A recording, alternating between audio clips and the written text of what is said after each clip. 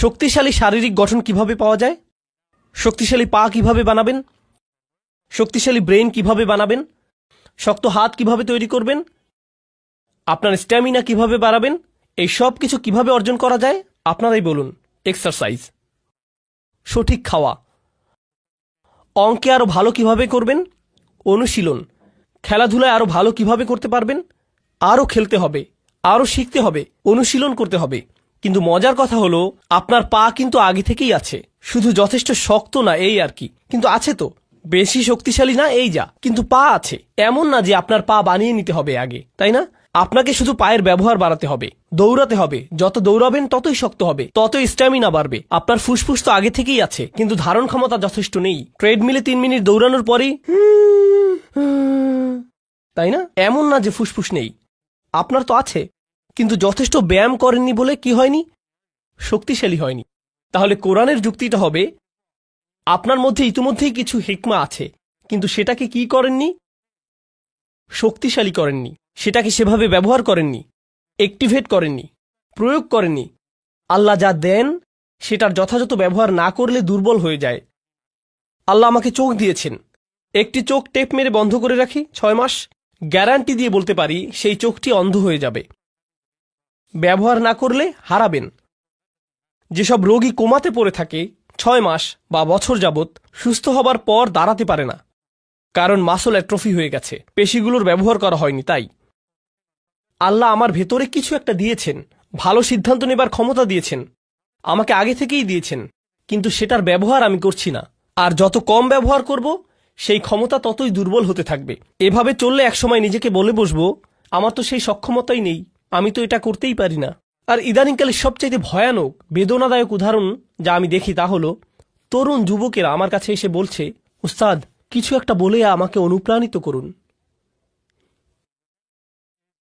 3 ঘন্টা লেকচার দিলাম, এরপর একজন এসে বলছে, উস্তাদ আমাকে মোটিভেট করে কিছু বলুন না দয়া করে। এতক্ষণ তাহলে আমি কি করছিলাম? পাকোড়া বানাচ্ছিলাম? এগুলো কি করছিলাম আমি তাহলে? কিন্তু এরপর নিজে নিজেকে প্রশ্ন করলাম, যখন ওরা বলে যে আমাদের মোটিভেট করুন বা আমার মোটিভেশন দরকার, প্লিজ কিছু বলে আমাদেরকে অনুপ্রাণিত করুন, এরপর দেখুন এই যে এখন তো ইসলামিক মানে ইদানিংকালে মানুষ কিভাবে ইসলামকে গ্রহণ করছে, কিভাবে আমরা ইসলাম শিখছি 30 সেকেন্ডে টিকটক মোটিভেশন দেখে, তাই না? বলুন আসলেই কিনা? মুফতি মেঘ কিছু একটা বলবেন বা আমি কিছু বলবো বা আরেকজন কিছু একটা বললো আর আপনি মোটিভেটেড হয়ে গেলাম, এমনটাই না? এরপর আবার ডিমোটিভেটেড হয়ে যায়, আমার আবার মোটিভেশন লাগবে। জানেন এসব কি? এই সবই আসলে হিকমতের স্বল্পতা। কেন বলছি এটা হিকমত স্বল্পতা? এর অর্থ হলো আমার নিজের ভেতরেই কোনো প্রকারের অনুপ্রেরণা নেই, যেন আমার ভেতর দৃঢ় ইচ্ছাশক্তির সক্ষমতাই নেই। অন্য কাউকে সেই ইচ্ছাশক্তি দিয়ে আমাকে ধাক্কাতে হবে। অন্য কেউ এমন না করলে আমি নিজে আগাতে অক্ষম। আমার অন্য কারো অনুপ্রেরণা দরকার, অন্য কারো আমাকে ধাক্কানো দরকার। আমি নিজে নিজে ভাবলাম যে আল্লাহ যখন কোরআনে আসহাবুল কাহাফদের কথা বলেন, গুহার ভেতরকার সেই যুবকদের কথা বলেন, তাদের অনুপ্রেরণা কে ছিল? কে অনুপ্রেরণা দিয়েছিল? কি বলেছিল সে? আরে আজকে আমার সেই খারাপ লাগছে। কেউ ভালো কাউকে চেনো? দাঁড়াও পাহাড়ে উঠতে উঠতে দেখি টিকটকে কোনো মোটিভেশনাল ভিডিও পাই কিনা। পাহাড় বেশি উঁচু তো এজন্য। তাদেরকে কি মোটিভেট করেছিল? তাদের ভেতরেই শক্তিশালী এমন কিছু ছিল যা দিয়ে পুরো সমাজকে তারা চ্যালেঞ্জ করেছিল, সেই তরুণ বয়সেই, তাই না? বলুন, এমন না যে আসমান থেকে কিছু একটা নেমে এসেছিল বা তারা নবী হয়ে গিয়েছিলেন। তারা তো শুধু সাধারণ কিছু তরুণ ছিলেন, একদম সাধারণ যুবক, কিন্তু তারা মোটিভেটেড ছিলেন। মোট কথা আমি যা বলতে চাচ্ছি তা হলো কোরআনের শক্তিশালী যে কথা বলা হচ্ছে তা হলো মৌলিক হিকমাহ, মৌলিক জ্ঞান, মৌলিক ভদ্রতা, সঠিক কাজ করার ক্ষমতা, এই সবই আপনার মধ্যেই আছে, আগে থেকেই আছে। আরেকটা জিনিস বলবো আপনাদেরকে, কিছুদিন আগেই বলেছিলাম আরেকবার, ইদানিং আমি বেশ ফিল্টার্ড হয়ে গেছি, মানে আগের মতো আর ভদ্র নেই আমি, এটা কাজেই লাগছে বেশি। এমন না যে আমি অভদ্র, মানে সরাসরি বলি আর কি। তো একজন তরুণী এলেন আমার কাছে, তখন জার্মানিতে ছিলাম। তো প্রোগ্রামের পর তিনি এসে বললেন, উস্তাদ আমরা কেন নারী নেতৃত্ব নিয়ে কথা বলি না? নারীদের নেতৃত্বে থাকা উচিত, তাদেরও নেতৃত্বের অধিকার আছে, আমরা কেন এটা নিয়ে আলোচনা করি না? আমি তাকে বললাম, তুমি আমার মেয়ের বয়সী, তাই আমি তোমার সাথে আমার মেয়ের মতো করেই কথা বলবো, ঠিক আছে? সে বলল, হ্যাঁ ঠিক আছে। তখন আমি বললাম, তুমি নিশ্চিত তো কোনো সমস্যা নেই? আমি কিন্তু নিজের মেয়েকে যেভাবে বলি সেভাবে বলবো। সে বলল, হ্যাঁ বলুন। তো আমি বললাম, আচ্ছা, আমি পুরো পৃথিবীতে এমন মহিলাদের চিনি যারা নিজেরা নেতৃত্বে আছেন। আমি $multi-million কোম্পানি চালাই এমন মহিলাদেরও চিনি। 10,000 কর্মচারী আছে এমন মহিলাকেও চিনি। এমন মহিলাকেও চিনি যিনি বিশ্বজুড়ে শত হাজার মানুষের খাবারের ব্যবস্থা করেন। হাসপাতাল চালান এমন মহিলা চিনি। সরকারে আছেন এমন মহিলাদেরও চিনি। বিশ্বে এমন এমন মহিলাদের আমি চিনি। আর জানো তাদের সবার মধ্যে কমন বিষয়টি কি? তারা কখনোই নেতৃত্ব নিয়ে কথা বলেন না, শুধু কাজ করে যান। তো এখন এই উপদেশ সমস্ত পুরুষ মহিলাদের প্রতি, আপনি কিছু বলতে চান নাকি কিছু করতে চান? যত বেশি বলেন আপনাদের জন্য নেতৃত্ব কত গুরুত্বপূর্ণ সেটা নিয়ে যদি শুধু কথা বলে যেতে থাকেন, তবে 10 বছর পরও এটা নিয়ে কথাই বলতে থাকবেন, যতক্ষণ না পর্যন্ত আপনি খুঁজে বের করে নিচ্ছেন যে কিসের নেতৃত্ব দিতে চান। অন্য কেউ এসে দরজা মেলে ধরবে আর আপনি হেঁটে চলে যাবেন, এমনটা ভাবলে হবে না। আপনার সামনে যদি পাহাড় থাকে, কোনো রাস্তা না থাকে, বেয়ে ওঠা শিখে নিন। এটাই হচ্ছে নেতৃত্ব, বাধা অতিক্রম করা। আপনার সামনে দেয়াল আছে কি নাই পাত্তা দেবেন না, হয় মাটি খুঁড়ুন নইলে বেয়ে উঠুন, এভাবে এগুতে থাকেন। এই মানসিকতা যে কেউই সাহায্য করতে আসবে না, আপনার মধ্যেই সক্ষমতা আছে, আপনার মাঝেই আছে। তো আমাদের শক্তিমত্তার নতুন মানসিকতা তৈরি হবে। আচ্ছা, এই যে হিকমার ধারণা নিয়ে বলছিলাম, আপনাদের বলেছিলাম যে হিকমা এসেছে হুকুম থেকে, অর্থ হলো চোয়াল, মনে আছে? মানে কারো হিকমা আছে মানে তার প্রবল ইচ্ছা শক্তি আছে, তার ইচ্ছে শক্তিশালী। কোনো বিষয়ে সিদ্ধান্ত নিয়ে ফেললে সেটাই চূড়ান্ত। এখন কিভাবে হিকমার স্বল্পতা আমাদের ক্ষতি করছে, হারিয়ে দিয়েছে কিভাবে, সেটার একটা উদাহরণ দিই। তা হলো মানুষ নিজের উদ্দেশ্যকে বারবার সন্দেহ করে। উস্তাদ, আমি নামাজ পড়ি, কিন্তু আসলেই আল্লাহর জন্য নামাজ পড়ি কিনা সন্দেহ হচ্ছে। কেন এত সন্দেহ? জানি না আসলে। এই যে আমাদের নিয়তে সমস্যা হতে পারে। আপনাদের নিয়ত এত দুর্বল কেন? আপনাদের নিয়তে কি সমস্যা? এখানে কেন এসেছেন? আসলে আমি তো কিছু শিখতে এসেছি, কিন্তু এখানে এসে আনন্দও পেয়েছি, হেসেছি। এখন আমি কি এখানে কৌতুক উপভোগ করতে এসেছি নাকি আল্লাহর জন্য এসেছি? আমি কি আল্লাহর জন্য হেসেছিলাম নাকি হাসির কৌতুক করেছিলেন শুধুমাত্র এজন্যই মজা পেয়ে হেসেছি? তাই জানি না নিয়ত নষ্ট হলো নাকি। আরে ভাই চুপ, নিজেকে আর নির্যাতন করবেন না, ইচ্ছে শক্তিটা একটু বাড়ান। কি করছেন সেটা নিয়ে স্পষ্ট আছেন তো? একবার নিজের কাছে স্পষ্ট হলে বারবার সন্দেহ করা বাদ দিন। ইসলামে আমরা এভাবে ওসিডি ডেভেলপ করে ফেলেছি, সারাক্ষণ নিজের নিয়ত বিশুদ্ধ আছে কিনা তা নিয়ে সন্দেহ করি। তাছাড়া শুনে রাখুন, নিয়ত বিশুদ্ধ না হলে সেটা আপনি টের পাবেন, খুব ভালো করেই টের পাবেন। বারবার নিজেকে প্রশ্ন করতে হবে না, নিয়ত ঠিক আছে তো? এমন করা লাগবে না আপনার, নিজেই বুঝে যাবেন। বুঝতে পারবেন কোনো একটা সমস্যা হয়েছে। আপনি বুঝবেন যে মূল্যহীন জিনিসের পেছনে ছুটছেন, অন্যের বাহবা খুঁজছেন, মানুষের অ্যাটেনশন খুঁজে বেড়াচ্ছেন, মর্যাদার পেছনে ঘুরছেন। আপনি বুঝতে পারবেন, নিজে নিজেই বুঝবেন। তো যাই হোক, আজকের আলোচনা শেষ করি। তো আমরা দুজন মানুষ নিয়ে কথা বলবো, একজন হলেন নবী আর একজন নবী নন, কিন্তু দুজনের মধ্যে একটা জিনিস মিল আছে, আপনাদেরকে সেটা দেখাবো। কারণ এখন হতে আমরা শুধু তাত্ত্বিক হিকমার কথা বলবো না, বরং কোরআনের কোথায় কোথায় হিকমার কথা আছে সেগুলো দেখব। তো সর্বপ্রথম আমরা দেখব দাউদ আলাইহিস সালামের ঘটনাতে। কোরআনের এখানে আপনারা পাবেন, আপনাদের অনেকের ফোনেই কোরআন অ্যাপ আছে, সেখানে খুলে দেখতে পারেন ইনশাআল্লাহ। আমিও খুলছি, এখান থেকেই আপনাদের সাথে পড়ছি, ঠিক আছে? তো এটা হলো সূরা নাম্বার 38 সদ, আয়াত নাম্বার 17। আচ্ছা, উসবির আলা মা ইয়াকুলুন আযকুর আবদানা দাউদ যাল আইদ ইন্নাহু আওয়াব। এখানে বলছে ধৈর্য ধরুন। নবীকে বলা হচ্ছে যে তারা যা কিছুই বলে সেগুলোর উপর ধৈর্য ধরুন, আর আমার বান্দা দাউদের কথা স্মরণ করুন। তার ছিল ক্ষমতা, তার প্রচণ্ড ক্ষমতা ছিল, বারবার আল্লাহর কাছে ফিরে আসত।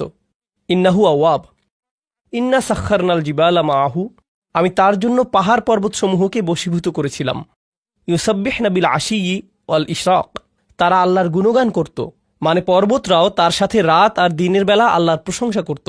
অত্তয়রা মাহশুরত, আর পাখিরাও তার চারপাশে ভিড় জমাত। কুল্লুল্লাহু আওয়াব, তারা বারবার তার কাছে ফিরে আসত। ওয়াশাদাদনা মুলকাহু, এই জায়গাটাতে আমাদের আলোচনার বিষয়বস্তু। আর আমি তাকে দিয়েছিলাম, তার রাজত্ব শক্তিশালী করেছিলাম। ও আতাইনাহুল হিকমা, আর তাকে দিয়েছিলাম হিকমত। যেহেতু আমাদের আলোচনাটাই হলো হিকমতের, তাই না? আল্লাহ বলছেন আমি তাকে শক্তিশালী করেছিলাম, তার রাজত্বকে, আর তাকে দিয়েছিলাম হিকমা। অফাসলাল খিতাব, আর তাকে দিয়েছিলাম সিদ্ধান্তমূলক বক্তব্য, শক্তিশালী বাগ্মিতা। আচ্ছা, এখন যখন আল্লাহ বললেন যে তিনি তাকে হিকমা দিয়েছেন, তাই তিনি এখন তার ব্যাপারে একটা ঘটনা জানাবেন। পুরো ঘটনার বিস্তারিত আলোচনায় যাব না, সংক্ষেপে শুধু বলবো দাউদ আলাইহিস সালাম তার কক্ষে ছিলেন। আল্লাহ বলেন ওয়াহাল আতাকা নাবাউল খসম, আপনার কাছে বিবাদকারী লোকদের খবর এসেছে কি? ইজ তাসাওয়ারুল মিহরাব, দাউদ আলাইহিস সালাম ছিলেন রাজা, আর রাজারা তো থাকে রাজপ্রাসাদে, আর রাজার কক্ষ সাধারণত প্রাসাদের একদম উঁচুতে থাকে, নিরাপদ স্থানে। তো যেখানে নামাজ পড়ে, তো তিনি তার কক্ষে ইবাদত করছিলেন। মেহরাব হলো ঘরের সেই কোণার অংশ যেটা একটু আড়াল, যেখানে নামাজ পড়ে। তিনি ইবাদত শেষে পেছনে ফিরেই দেখলেন তার ঘরে কয়েকজন মানুষ। চিন্তা করুন তো, তার নিজের শোবার ঘরে, একদম ভেতরের ঘরে ঢুকে গেছে তারা। তাহলে কল্পনা করতে পারেন, এই যে আমাদের আমেরিকায় হোয়াইট হাউস আছে, তাই না? আর এই হোয়াইট হাউসে তো নিরাপত্তার অতিরিক্ত অনেকগুলো স্তর আছে। ছাদের উপর স্নাইপার আছে, সিকিউরিটি গার্ড আছে, কুকুর আছে, এই সমস্ত কিছুই আছে ওখানে, তাই না? আর একদম ভেতরে আছে প্রেসিডেন্টের বাসভবন। তো প্রেসিডেন্ট ধরুন বাথরুম থেকে বের হয়ে দেখলেন সেখানে 6 জন বসে আছে। প্রেসিডেন্ট সাহেব, আমাদের একটা প্রশ্ন আছে। মানে কেউ যদি নিরাপত্তার এতগুলো স্তর পেরিয়ে আসে, তবে এটার মানে কি হবে? হত্যা করতে এসেছে, তাই না? মানে তো এটাই। কিভাবে তারা এতগুলো নিরাপত্তা স্তর পেরিয়ে একদম বেডরুমে এসে উপস্থিত হয়, বুঝতেই পারছেন। তো তিনি ফিরে দেখলেন এতগুলো মানুষ। ইদ দাখালু আলা দাউদ, তারা মিহরাবে দাউদের কাছে এলো। ফফাজি আমিন হুম, তিনি তাদের দেখে ভয় পেয়েছিলেন, হতবাক হয়ে গিয়েছিলেন। কি হচ্ছে এখানে, তাই না? তাছাড়া দেখুন, দাউদ আলাইহিসসালাম কিন্তু শুধু রাজাই ছিলেন না, তিনি সামরিক নেতাও ছিলেন। আর সামরিক নেতাদের কিন্তু শত্রু থাকে। আর তাই তারা যদি তাদের ব্যক্তিগত স্থানে কাউকে দেখতে পায়, তবে বুঝে ফেলে যে এখানে হত্যার চেষ্টা হবে। তো তারা বলল, লা তাখফ খসমানা বাগা বাদুনা আলা বাদ। আরে না না না, ভয় পাবেন না, আমাদের শুধু একটি সমস্যা হয়েছে। আমরা তো শুধু আপনার পরামর্শ চাই। কোরআনের ঘটনাগুলো ভালোভাবে বোঝার জন্যে আমি যা করি তা হলো নিজেকে সেই অবস্থায় কল্পনা করি। এজন্য আমি কল্পনা করলাম যে এই যে এখানের প্রোগ্রাম শেষ করে আমার হোটেলে ফিরে গেলাম, আমার হোটেল রুমের বাথরুমে গিয়ে ফ্রেশ হয়ে নিলাম। এরপর বের হয়ে দেখি সেখানে আপনাদের 8 জন বসে আছেন আমার বিছানায়। উস্তাদ, তখন আপনার সাথে কথা বলার সুযোগ পাইনি। আমার একজন কাজিন এই হোটেলে কাজ করে, তাই একটি প্রশ্ন আছে। আপনি এক ভিডিওতে বলেছিলেন, আরে আমি তো ওখানে ভয়ে ভূত হয়ে যাব।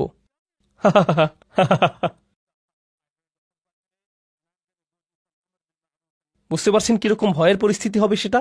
আর সেই অবস্থায় আমি কি ভাবছি, আপনাদের উত্তর দেব নাকি রুম থেকে বের করে দেব, পুলিশ ডাকবো নাকি নিজে দৌড়ে পালাবো। আমার মাথায় যেই জিনিসটি কখনই আসবে না তা হলো, আরে আরে আরামে বসুন। হ্যাঁ, সুন্দর, নিজের ঘর মনে করেই বসুন না আপনারা, কোনো সমস্যা নেই। কি খাবেন, চা নাকি কফি? হ্যাঁ, ওখানে বসুন, জুতো ওখানে। হ্যাঁ, সুন্দর। অলা তুস্তিত ওয়াউহদিনা ইলা সাওয়া আস-সিরাত। তো তারা বলল, আপনি কি আমাদের মধ্যে বিচার করে দেবেন? ভুল উত্তর দেবেন না কিন্তু, এমনটাই তারা বলল। লা তুস্তিত, আজে বাজে উত্তর দেবেন না। এরপর বলল, আমাদের সঠিক পথ দেখান। ইনি হলো আমার ভাই, তার 99টি ভেড়া আছে, আমার আছে একটি। ফাকল আকফিলনিহা, আর সে বলছে তোমার ভেড়াটিও আমাকে দিয়ে দাও। ও আজ্জানি ফিল খিতাব, আর সে আমার সাথে চিৎকার চেঁচামেচি করে, ভয় দেখায়, ধমকিয়ে কথা বলে। আজ্জা মানে কারো উপরে ক্ষমতা থাকা, মানে সে নিজের ক্ষমতা প্রয়োগ করে। 99টি ভেড়া মানে সে বেশি ধনী, মানে তার বেশি চাকর বাকর আছে, প্রভাব প্রতিপত্তি আছে। সেই প্রভাব খাটিয়ে সে আমার সাথে বাজে ব্যবহার করে, বলে তোমার ভেড়া দিয়ে দাও। আরে দাও না, কি করবে তুমি ওটা দিয়ে? ভেড়ার ব্যবসা করতে জানলে তোমার শুধু একটি থাকতো না, বুঝতে পারছো? তাই আমাকে দিয়ে দাও, সেটাই ভালো হবে। সে এভাবেই আমাকে ধমকাধমকি করে। ওটা বাদ দেন, আপনাদের এটার নতুন ভার্সন বোঝাচ্ছি। কারণ কিছুদিন আগে আমি পাকিস্তান থেকে এসেছি, সেখানে এমন দেখেছি কিছু মানুষ আছে যে বড় বড় হাউজিং কমপ্লেক্স তৈরি করে, তাই না? হাউজিং কমিউনিটি, অ্যাপার্টমেন্ট কমপ্লেক্স ইত্যাদি, মানে ডিএইচএ, ডিওএইচএস এরকম আর কি। তারা দেখা যায় 5000 বাড়ি বানাবে। এসব কমিউনিটির বড় দেয়াল থাকবে, বড় গেট থাকবে, অনেক সিকিউরিটি গার্ড থাকবে। আপনি এর বাইরে থাকেন, তার মানে কি, রাস্তায় গেলে সাইকেল ওদিকে যায়, রিক্সা ওদিকে যায়, বাস চলে যায় ওদিক দিয়ে, ট্রাক আরেক দিক দিয়ে। বাহিরের হাইওয়ে এমনই তো, তাই না? মানে সত্যি সত্যি ফ্রিওয়ে। ঠিক এই শব্দের প্রকৃত অর্থ আমি এখানে বুঝেছিলাম, একদম ফ্রি, যেভাবে ইচ্ছা যাও, ফ্রিওয়ে। কিন্তু তাদের গেট দিয়ে ঢুকলে হঠাৎ দেখবেন আপনি বিদেশে চলে এসেছেন। রাস্তাগুলো পরিষ্কার, সবকিছুই শান্ত, নিয়মতান্ত্রিক, সবাই ট্রাফিক আইন মেনে চলছে, মল আছে ভালো ভালো, মানুষগুলো মনে করছে তারা খুব ইংরেজি পারে, আরো কত কিছু। আমি তাদের কিছু রেস্টুরেন্টে গিয়েছিলাম, তারা কোন জিনিসকে ইংরেজি মনে করে সেটা দেখতে। দোস্ত, হোয়াট দ্য হেল ইয়া, মানে কি যে মজা লাগে, খাবারের চাইতেও বেশি মজা এগুলো শুনতে।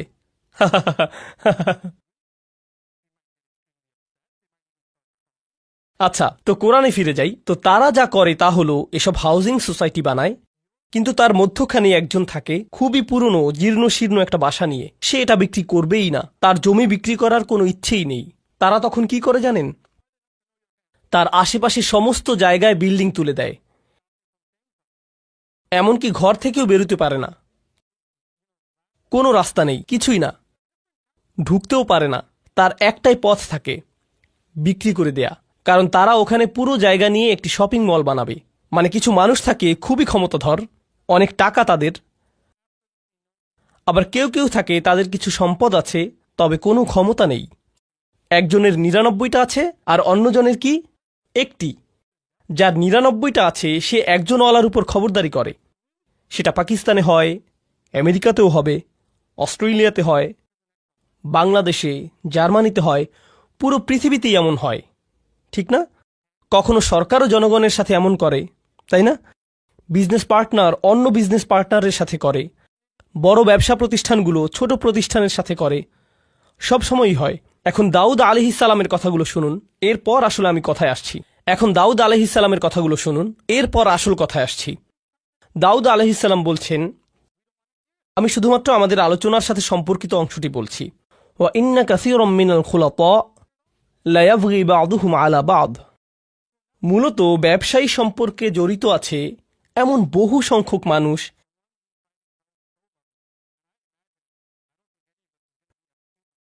আর প্রেক্ষাপট থেকে বুঝতে পারছেন যে কে কার সাথে জুলুম করছে। যার কাছে বেশি আছে সেই দেখা যায় তুলনামূলক দরিদ্রের সাথে জুলুম করে, ঠিক কিনা? আর যার ক্ষমতা আছে সে অন্যদের ভয় দেখায়। এটা সবখানেই হয়। খুলাতা এর মূল অর্থ হলো যেসব মানুষের জীবন একে অন্যের সাথে জড়িত। যেমন ধরুন পরিবার, তাই না?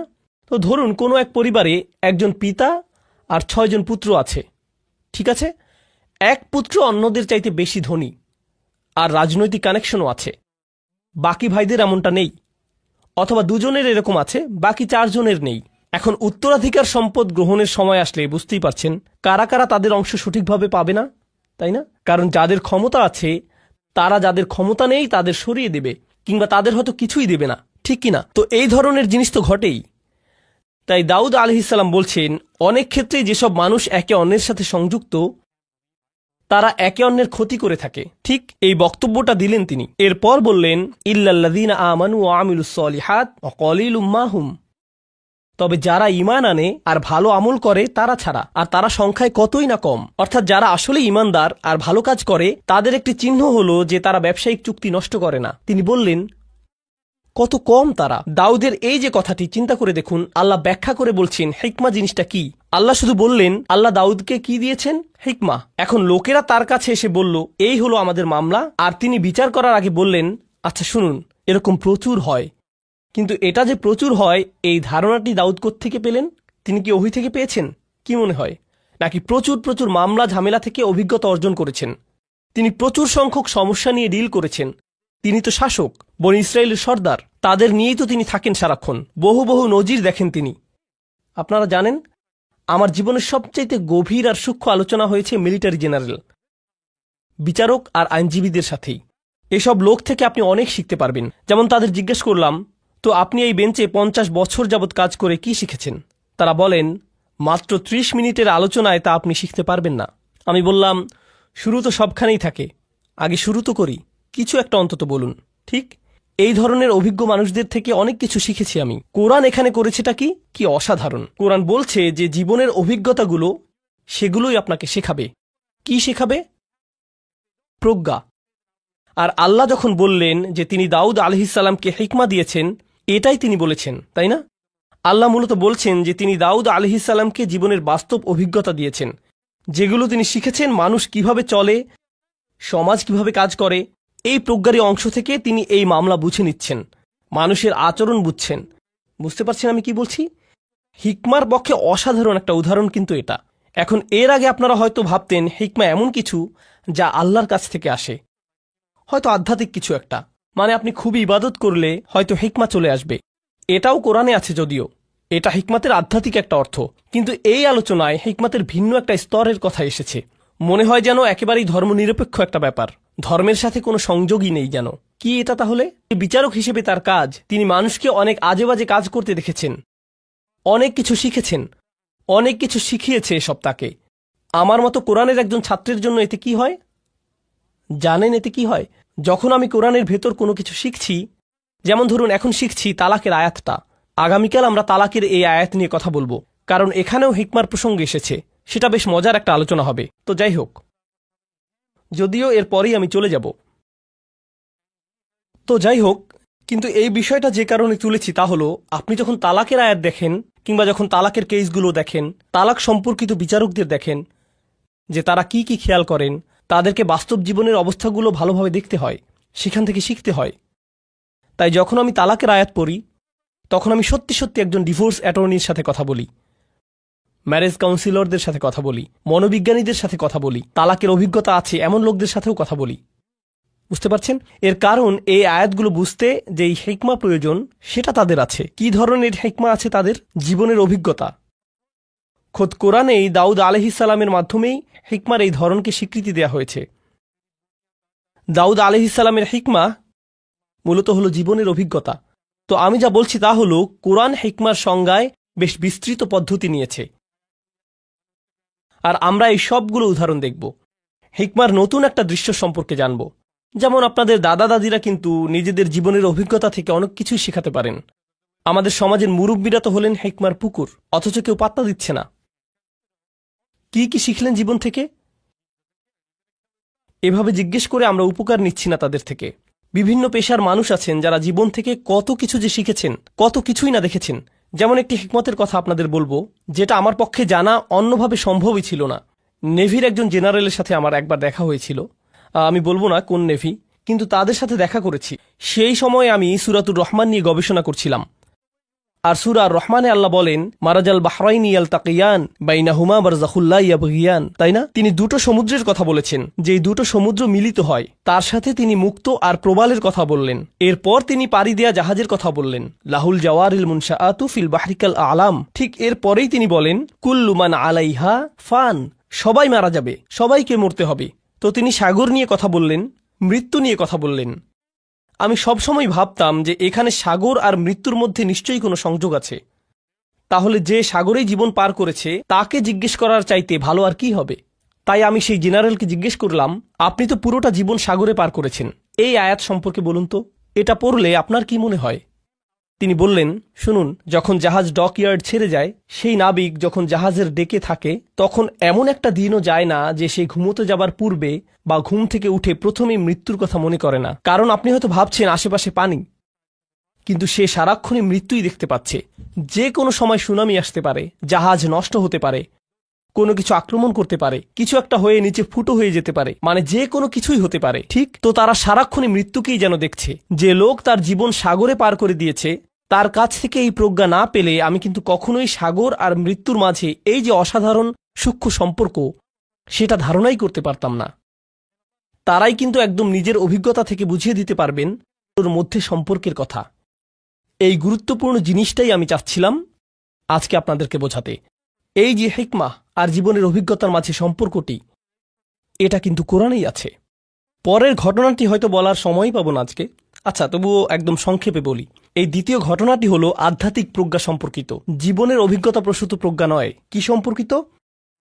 আধ্যাত্মিক হিকমা। তা কোরআন থেকে নয়, ওহী থেকে নয়, নবুয়ত থেকেও নয়, বরং সেটা আসছে লুকমানের উদাহরণ থেকে।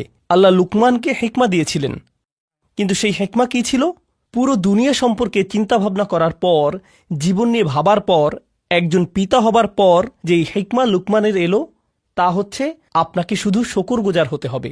আনিশকুরলিল্লাহ, শুকরগুজার হতে হবে আপনাকে। এখন যে কোনো বাবা মাই কিন্তু এটা জানেন, জীবন কি সহজ নাকি কঠিন? জীবন অনেক কঠিন। জীবনের প্রত্যেক ধাপই নিজস্ব এক কাঠিন্য নিয়ে আসে। সন্তান প্রতিপালন আরেক ধরনের কঠিন কাজ। বাচ্চাদের যখন বয়স বাড়ে, তাদের প্রত্যেক বয়সে জীবন নতুন নতুন জটিলতা নিয়ে হাজির হয়। আপনি ভাবছেন এখনই সবচাইতে কঠিন ধাপ, কিন্তু পরের বছর ভাবেন, আরে এই বছর তো আরো অনেক কঠিন। আপনি যখন ডায়পার বদলাচ্ছেন, তখন বলেন, হায় আল্লাহ, এই বাচ্চা এত ডায়পার কিভাবে নষ্ট করে, তাই না? কবে শেষ হবে এই কষ্ট? এই পিতামাতাই যারা একটা সময়ে ঘুমের অভাবে মরেই যাচ্ছিল, 2 ঘন্টা পর পর উঠতে হচ্ছে, ঢেকুর তুলে দিতে হচ্ছে, ন্যাপি পরিষ্কার করতে হচ্ছে, আরও কত কি। 19 বছর পর তারাই আবার বলেন, যখন তোর ডায়াপার পরিষ্কার করতাম সেই সময়টা মিস করি, তখনই তুই ভালো ছিলি, আর এখন তো জ্বালা সহ্য করতে হয়। নতুন পরীক্ষা। লুকমানের জীবন খুব সহজ ছিল না। তার জীবনের অভিজ্ঞতাগুলো তাকে আধ্যাত্মিক এক প্রজ্ঞা দিয়েছেন। কি সেই আধ্যাত্মিক প্রজ্ঞা? আল্লাহর প্রতি কৃতজ্ঞ হও। আর তিনি বলছেন, যেই কৃতজ্ঞ হবে, কি অসাধারণ হিকমা দেখুন, যেই কৃতজ্ঞ হবে সে মূলত কৃতজ্ঞ হয় কিসের জন্য? কি বলছেন তিনি? অমাইয়াশকুর ফা ইন্নামা ইয়াশকুরুলি নাফসিহি।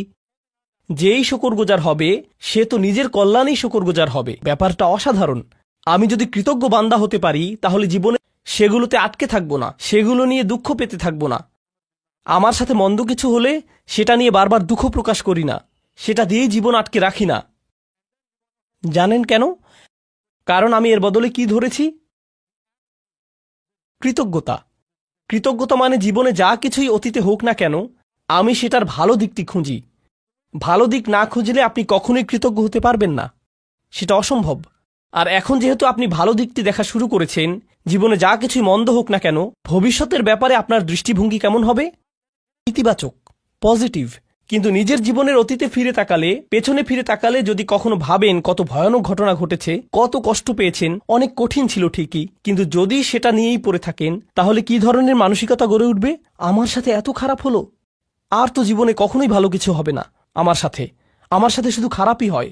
সারাক্ষণ আমি বিপদে পড়তে থাকি। শুধু আমার সাথেই কেন এমন হয়? মনোভাব এভাবেই বদলে যায়। কারণ শকর নেই যে। কারণ যদি আপনার মাঝে শকর থাকতো, তবে কৃতজ্ঞতা বোধও থাকতো। শকর গুজারি সবার আগে নিজের উপকার করে। অমাই ইয়াশকুর ফা ইন্নামা ইয়াশকুরু লিনাফসিহি। কি অসাধারণ একটি হিকমত বলুন। এটা কিন্তু হচ্ছে আধ্যাত্মিক প্রজ্ঞা। এমনকি আমি তো বলবো এটা এক ধরনের মনস্তাত্ত্বিক প্রজ্ঞা। জানেন, আমেরিকাতে মানুষ ঘন্টায় $350 দিয়ে সাইকোলজিস্টের কাছে কি শুনতে যায়? আপনার কিছু পজিটিভ সাইকোলজি লাগবে। আমি কি শুধু সূরাতুল লুকমান পড়তে পারতাম না? আরে এমন করলে তো আমার অনেক টাকাও বাঁচত, আবার অনেক সোয়াবও পেতাম, তাই না? আর তাই হিকমার এই প্রথম অংশটি হলো আমার অভিজ্ঞতা নিয়ে কিভাবে চিন্তা করব আর আল্লাহ সম্পর্কে কিভাবে ভাবব। হিকমার দ্বিতীয় অংশে চলে যাই তাড়াতাড়ি, এরপর আজকের সেশন শেষ। আজকের এটাই শেষ বিষয়। লুকমান রাদিয়াল্লাহু আনহু তার ছেলেদের বললেন, কোনো পাপ কাজই ছোট নয়, এমনকি সবচাইতে ছোট কাজও আল্লাহ বের করে আনবেন। কোনো পাপ কাজই ছোট নয়। আমি যেই মূল বিষয়টি বলতে চাচ্ছি তা হল যে কোনো পাপ কাজই কি নয়, ছোট নয়। এমনকি মাইক্রোস্কোপিক লেভেলের কাজও নয়। এমনকি পাথরের ভেতরে থাকলেও আল্লাহ বের করে আনবেন। ইয়াতি বিহাল্লাহ। আল্লাহ খুবই সূক্ষ্ম, আল্লাহ খুবই সুনির্দিষ্টভাবে করেন। আপনার পাপ কাজকে কখনোই ছোট করে দেখবেন না। আর তাছাড়াও আরও যোগ করি, এর বিপরীতে আপনার কিসের ক্ষমতাকেও ছোট করে দেখবেন না? ভালো কাজের। এমন ভাববেন না যে আরে এসব করে কি বা হবে, ইনফ্লুয়েন্সার তো আর হতে পারলাম না, লাখ লাখ ভিউ তো আর পেলাম না। বুঝতে পারছেন? এই আয়াতগুলো নিজেই পড়াশোনা করে দেখুন না। এখানকার আয়াতগুলো দেখলেই বুঝবেন। তিনি তার ছেলেদেরকে বলছেন, অন্যদের দিকে বাজেভাবে তাকাবে না, বিনয়ের সাথে চলাফেরা করো। তার পুত্রদেরকে বলছেন যে কোথাও যাবার সময়ে উদ্দেশ্য নিয়ে যেন যায়, উদ্দেশ্যহীন চলাফেরা যেন না হয়। অক্সিদ ফি মাশিক। আর তিনি তার ছেলেকে আওয়াজ নিচু করতে বলছেন, তার ক্রোধ নিয়ন্ত্রণ করতে শেখাচ্ছেন, ভদ্রতা শেখাচ্ছেন, তাই না? জীবনের উদ্দেশ্য শেখাচ্ছেন। সে ঘর থেকে বের হবার সময় যেন তার আসল উদ্দেশ্য থাকে, জীবন যেন অর্থবহ ও উদ্দেশ্যপূর্ণ হয়। এসব জিনিসের বেশিরভাগই তিনি তাকে নিজের চেহারার ভাবভঙ্গিও নিয়ন্ত্রণ করতে বলছেন। লা তুসঈর খদ্দাকা লিন্নাস। মানুষের দিকে গাল ফুলিয়ে তাকাবে না, মানুষের চেহারায় বিকৃত করবে না। বেশিরভাগ মানুষ কি মনে করে? এগুলো ছোট ব্যাপার নাকি বড় ব্যাপার? ছোট বিষয় মনে করে। হজ হলো বড় ব্যাপার, হারাম বিশাল ব্যাপার। বড় কোনো ইবাদত করলে সেটা বড় পুণ্যের কাজ হবে, কিন্তু অন্যের দিকে মন্দভাবে তাকানো, এটা তো ছোট্ট বিষয়, কিছুই না। আর এই যে প্রজ্ঞা, তার থেকে কি নিজের ছেলেদেরকে শিখিয়েছেন? সবচাইতে ক্ষুদ্র জিনিসকেও ছোট করে দেখো না। এরপর তিনি উদাহরণ দিলেন এমন সব কাজের সেগুলো মানুষ ছোট মনে করে, কিন্তু আসলে সেগুলো বিশাল কিছু। আল্লাহর চোখে সেগুলোও মূল্যবান। আপনি কিভাবে কথা বলেন, কিভাবে চলেন ফেরেন, আপনার মুখভঙ্গি কেমন, নিজের গলার স্বর কিভাবে ব্যবহার করেন, কি ভাষায় কথা বলেন সবার সাথে। ইন্না আনকারাল আসওয়াতি লাসাউতুল হামির। তিনি এই প্রজ্ঞা, এই আধ্যাত্মিক হিকমা শিখেছেন কিভাবে? কোনো ওহী থেকে কিন্তু তিনি এই হিকমা শিখেননি। এছাড়া মজার বিষয় হলো, অনেক মানুষ দেখবেন আপনারা যারা নিজেরা মুসলিম না হলেও লুকমানের উপদেশ মেনে চলে। তারা অন্যদের সাথে সদয়, ভদ্র ব্যবহার করে। তারা উদ্দেশ্যপূর্ণ, তাই না? অন্যদের ছোট করে দেখেন না, তারা অন্য কারো উপর গলার স্বর উঁচু করে না। তাদের সব গুণ আছে। এই গুণগুলো তারা কোত্থেকে পেয়েছে? মাঝে মাঝে হয়তো মনে হয় এদের তো ইমানই নেই, তবুও কিভাবে ইসলামিক মূল্যবোধ পেল তারা? কারণ হলো হিকমাহ, সার্বজনীন বিষয়। কারণ হিকমাহ হলো সার্বজনীন বিষয়। আল্লাহ যাকে চান তাকে এটা দিতে পারেন।